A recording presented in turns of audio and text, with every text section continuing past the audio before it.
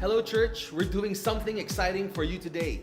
We believe that anyone can be a preacher of the Word because the Word brings encouragement, insight, direction, revelation, understanding, and we believe that more so if you're a student at New Life Training Center, you can proclaim the Word.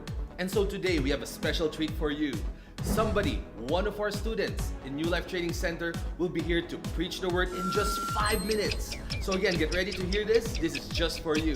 So ready, get set, go, preach it.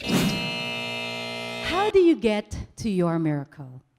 Do you sit down just like one tamad and wait for something to happen? Or maybe you're like the fairy godmother in Cinderella and throw like a dust and turn nothing into something. Or maybe some of you, I know the young ones, you do like this. Cross your fingers and hope against hope that what you are wishing for will actually happen. Today, I'd like to tell all of you that the Bible shows us how to get to our miracle. In John chapter 2, verse 1 to 11, we will find the very first miracle where Jesus turns water into wine. But before Jesus turns it into wine, there are two important things that happen. First, Mary believed. In verse 3, it says, "And when they ran out of wine, the mother of Jesus said to him, 'They have no wine.'"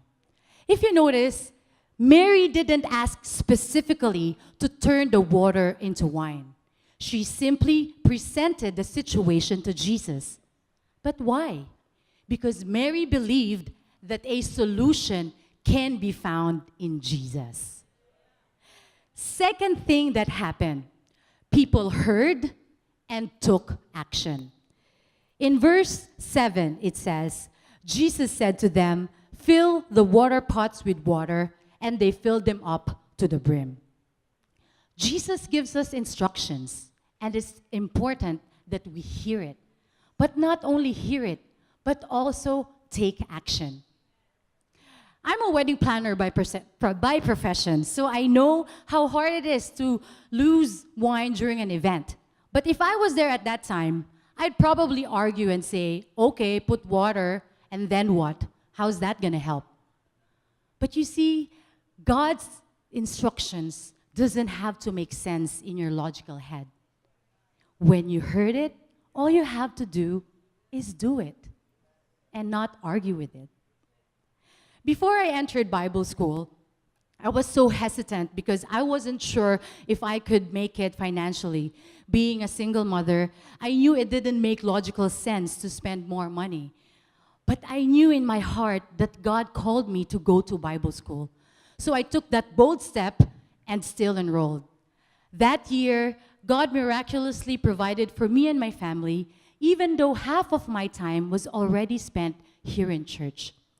And just last school year, because Bible school is 2 years, I have experienced so many miracles. Starting off with winning a court case that normally takes 3 to 5 years, but I only got it within 1 year and 5 months. To actually organizing 2 big wedding fairs, filling up booth spaces, and exceeding sales quotas that I have never done before. And for those of you who are believing for a car, oh my goodness, I got a car. Which I don't know how, but it just came. So many miracles, but the best miracle that I experienced is actually when God restored my relationship with my mother. You know, I've been so bitter, but God softened my heart. So I really believe that all the hard hearts, don't lose hope. God can soften it. So today I ask you, are you believing with all your heart that a solution can be found in Jesus? Are you hearing and taking action? If you have, then that's great. Just keep believing, keep hearing and taking action. Your miracle is on its way. But if you haven't, then maybe it's time for you to have a heart-to-heart talk with God. But remember, the will of God can be found in His Word. So keep reading the Word, keep staying in His presence, and you will find your way to your miracle. What a word! That was so good. If you're sitting there and you're thinking, I want to know more of God as well, well, I invite you. You can be a student of the Word too. So come enroll in NLTC, discover God, discover Jesus, and discover His ways.